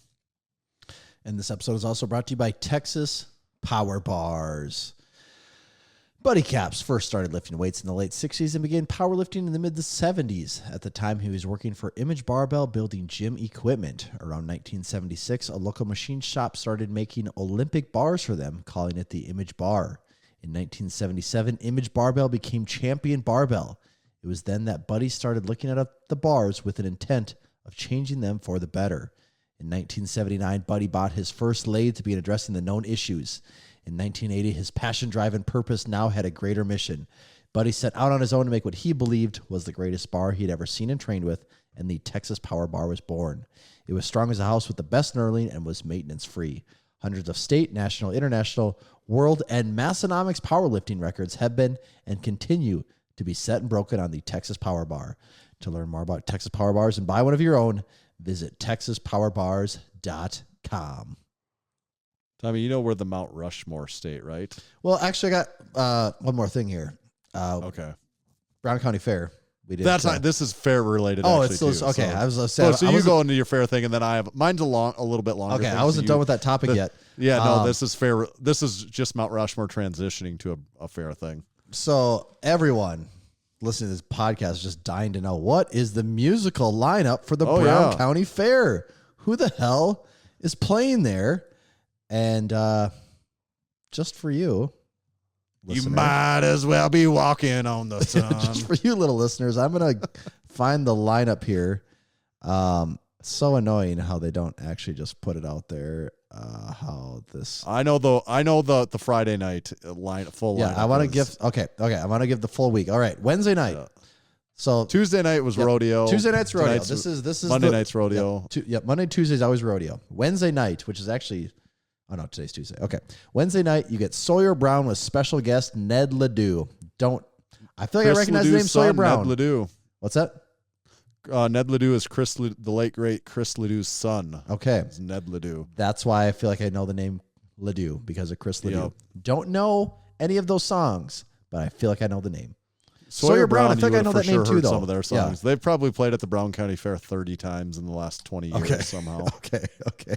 So that is your Wednesday night. Thursday night, Gabby Barrett with special guest Tiger Lily Gold. Gabby Barrett, I actually do know who she is because my wife watched a lot of American Idol one season, and I remember her on there. And I was going to say, I have absolutely no idea who those people are. I don't know this Tiger Lily Gold. No idea who that is, though. But judging by the picture, it is two ladies that probably sing country songs. Friday night. Now, Friday night, though, this is where I'm going to catch your attention here. Friday night, we have Sugar Ray with Smash Mouth and Lit. It's Lit. Sugar Ray, Smash Mouth, and Lit. That is quite the lineup right there. Yeah. Smash Mouth being, I'm curious what that concert's like. So, okay, I can give just a very little bit of insight here. So the lead singer is dead. You know that, right? Right. That's what I'm really wondering Yeah, here. How and- I feel like it maybe loses something with being like the entire front man of the band. It maybe like, not does, existing but I'll anymore. say this. I went to Zombie Pub Crawl in the cities probably, was that like 2017-ish, somewhere in there. And one of the stages had Smash Mouth play, and we went to it. And that guy was not bringing the energy. You could tell he was going through something at the time. So as much as they had classics and songs that everyone from their childhood nostalgia they remember, that guy was suffering at the time. So maybe this is for the better that they have a more energetic person at the front. I'm not saying it's for the better that he's dead. I'm just saying for the better for the listener that they have a more interesting show there. Sugar Ray. Do you think Mark McGrath brings the heat? That's what I mean. That guy's kind of transcended pop. He's really crossed over in pop culture as far as that goes. You know, there's some people that might. I don't actually. He's probably old enough now that if you know Mark McGrath, you know Sugar Ray. I don't know. Maybe there's some people that only know him as like Mark McGrath, but I don't think so. Is there? He is Sugar Ray, and they've had quite a few hits. Lit. I don't know a ton of Lit songs outside of please tell me why. What's that song called? I mean, it's on that podcast, the iPod in the gym, and sometimes it gets stuck on repeat way too long. Is that My Own Worst Enemy, or what song is that? Yeah, I believe that is. Yes. Okay. And that song, when that came out in probably about 99, was a banger. My Own Worst Enemy. Yeah. I don't know any of these other songs by them, though. Yeah. That is a good song, though. 99. That is when that was. 99. Okay. Then Saturday, there's one more concert, right? Yeah, What's Saturday, I don't Russell even know. Dickerson with special guest Matt Stell, and I have never heard of either one of those guys. Dickerson, hardly knew her. Do you know those names? You're not going to go Dickerson. I have no idea who that is. Even you don't know. Okay. Oh. Nope. So I know the Sawyer Brown and Ned Ledoux. That one Yeah. would be. I'm actually not that interested in going to that. Even I honestly have probably seen Sawyer Brown. Do you think at I've just been at places and be like, why is Sawyer Brown here playing again? like you guys again? Do you think Yeah. at a Sawyer Brown Ned Ledoux concert they'll tell you to be quiet if you get a little too rowdy? No, this is not no Clint Black. Like I think Sawyer Brown it does like a good time. They at encourage least. loud noises from the crowd. Yeah. Okay. Sawyer Brown has some bangers though of country music like classics. I just don't think they've made a good, like they've been touring for the last 30 years and haven't made a good song in 35. Which is a weird dynamic. I feel like that they have like To really all peak these good so early in songs your career. Well, I have a lot of good songs from like the 80s and early 90s. to peak and then, in the like, first 3% of your career. but then still stay together the entire rest of the time and like never have a good album again, or like just.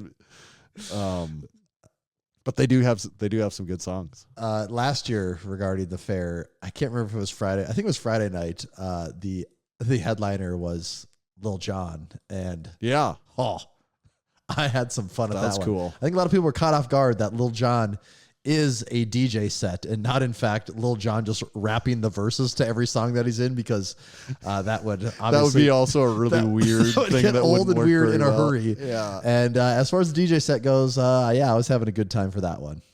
So are you going to go to the Friday night concert this year? Well, this actually brings up another conversation where things get more complicated. Is I don't think I am this year, because, and there's a reason for this, Because the Smash Mouth guy died. because the original Smash Mouth lineup isn't there. I don't want a part of it. No, my wife did decide a long time ago that in Sioux Falls, my new hometown, you could say, that your on hometown, yeah. August 17th, they're having what's called the Tacos and Tequila Festival. So this would be Saturday. And it's all like early 2000s hip hop. So the lineup for this thing is actually Lil Jon again. So there's Lil Jon, Genuine, He's back Chingy, for more. the Yin Yang Twins, Chingy. Petey Pablo, Twista, Mike Jones, and DJ Ashton Martin. I don't know who that is, but this is on Saturday. That lineup really speaks to my wife's tastes. So she said, we're going to this. So that's, I figured I'm not at the age where I can handle 2 nights of this craziness. No. So Friday Mike night, Jones, I'd like that. dude, That'd be my, out of everything you said there, I'd be like, Mike Jones, oh hell yeah. Lil Jon would be number 1 on my list if I hadn't Yeah. just seen him last year. So yeah, Mike Jones. I'll also talk about some songs that get played a lot at the gym. Yes. Yes. Yeah. I've heard a lot of Mike Jones over the years at the those have gyms. been I'd on be all repeat. over Mike Jones. Yeah. So we'll see how that goes. So that'll keep you from not going to the concert on Friday night. probably, Yeah, though. so I'm gonna have to bow out Friday night. Yeah, Yeah. I really That's thought I could pull understandable. it off, and my wife's like, "Are you sure you can do that?" I'm like, Like, maybe could. man, And then she goes, "I think we're gonna go back. I think we're gonna head back to Sioux Falls Friday night, so we don't have to come yeah. back Saturday morning." I'm like, "That is actually the right move here." Yeah, that makes sense. So what would your Mount Rushmore be of fair food? Okay. Yes. All right. Fair So the food classics. classic for those that are not. The classics, the affairs, like part of staples yeah. for a lot of people are like your footlong corn dogs, your cheese curds. Yeah. I mean, the whole dessert stuff, but I'm not know if I'm going to allow the dessert items. You can get your fried whatever, candy bars, all of that junk. Yeah. Right. But I'm usually pretty high. Okay. Well, trying to think the Brown County Fair specifically or fairs in general, but the Brown County Fair for me, I actually struggle with this one. I do struggle with this one. It depends on the year. Sometimes I got to have the big turkey leg. turkey leg can be pretty satisfying at times. So the turkey leg is on the Mount Rushmore. It might be, yeah. There's always a guy that has a. There's I've always the never had Euro. that There's always there. the Euro guy. Yes, that's very familiar to me. And sometimes I have it and I'm like, this is really, it's fine, but it's not as satisfying as I would hope it would be. That would have been a lock of my Mount Rushmore at one point in time. Right now, I'm thinking about that one at the moment. There's another person that does like a drunken noodle, and the drunken noodle's pretty damn good. They'll make it really spicy. Oh, last year there were some guys there that had some really good, I think they're from Texas. They had like some street tacos or something like that, or burrito tacos, something. And those were really, really good. What else do I always like to get? Part of the problem is with a lot of this stuff is it used to always be, I would just try to get whatever I could at like midnight, after you'd had a lot to drink. And so it was just like whatever happened. Oh, there'd be the people that have the wood-fired pizzas. Those were always good too. Domino's. Yeah, Domino's. Maybe you've heard of them. Domino's is always at the Brown County Fair. They always are. They always are. But I feel like the things that I just said aren't maybe necessarily the best fair foods. Like those are the foods that I like to get at the Brown County Fair. But I'm not necessarily. I think if you said like what are the quintessential fair foods? It's the corn dog, probably cheese curds, a funnel cake, and maybe like a bloomin' onion. Like those. Yeah. Those I feel like really hit some of the classics as far as fair food goes. Right. But I don't really like any of those that much. My wife likes all those, and I get bites of hers, and that is more than enough of that stuff for me. My wife likes to get the mini donuts at the fair. Yeah, that's another one too, and I don't. Yeah, I don't care I don't for that get one those either. myself, but Yeah. Actually, overall, to me, I like the idea of fair food, but every year when I get there, I'm a little overwhelmed by the number of choices, and I never really like anything I get that well. So then this I'm year- like, I just would rather not eat here. Probably, like it's just not. Me too. I think it's way overrated. It is. I think it is too. Actually, like this year, Sioux Empire Fair, I went to the same place I went last year. The people that sell brisket sandwiches, because it's just That's most what I regular end up food getting you is can a get. pork or a brisket sandwich somewhere. Because I'm like, well, I just want some. I think the swim club meat in on Aberdeen. Yes, I think the Aberdeen swim club. Don't they always do pork sandwiches there? Yes, they And do. I And actually I usually end get up that. getting I those forgot. because I'm like, yes, just meat on a bun. Okay, I know what we're getting here. Yeah, I'm not paying like $12 for like the fancy fair item when it's just like some garbage carbs that aren't like that good. Well, it's like a breading around a hot dog. You're really just paying for different breadings of different amounts of friedness around your main item. And I'm like, actually not that excited about the fried part. I want the main thing. Right. That's where I'm at on that. And then like, I guess you can buy some like really expensive beverages then too. You can get like a $10 lemonade or something. My and I'm wife like, loves the lemonade. She's got you that's get what the I'm like, cup God, and then the refills are like why is half a lemonade price. like So then $10 yep, or then whatever you're it hitting is? the refills. Yeah, I don't. Yeah. That doesn't excite me either. Then my kids always like the ice cream parts of it. Right. That's probably the number one. Yeah. Is the ice cream for the kids. Yep. Oh, you know what I do really like though, and I did this week. I'm a sucker for kettle corn. Kettle corn just does it for Okay. me where it's That's way better than popcorn. To It's me. just sweet enough that it makes you want a lot more, but it's not so sweet that you like get It's not turned off from the overpowering or sweetness. overbearing. Right. And I can absolutely just crush one of those giant bags of kettle corn. I did it. I mean, it's like a horse. You're hooking up the feed bag, and we drove home. It took so long with traffic to Did you get put home. it into your MarcoFactor? I ate it I did, dude. And I'm like, I don't even really know how to count this. And then I realized I got home and I'm like, oh, this actually has a nutrition label on the back. So I scanned the label and it was many, many hundreds of calories of kettle corn, which is a lot of kettle corn because it doesn't weigh anything.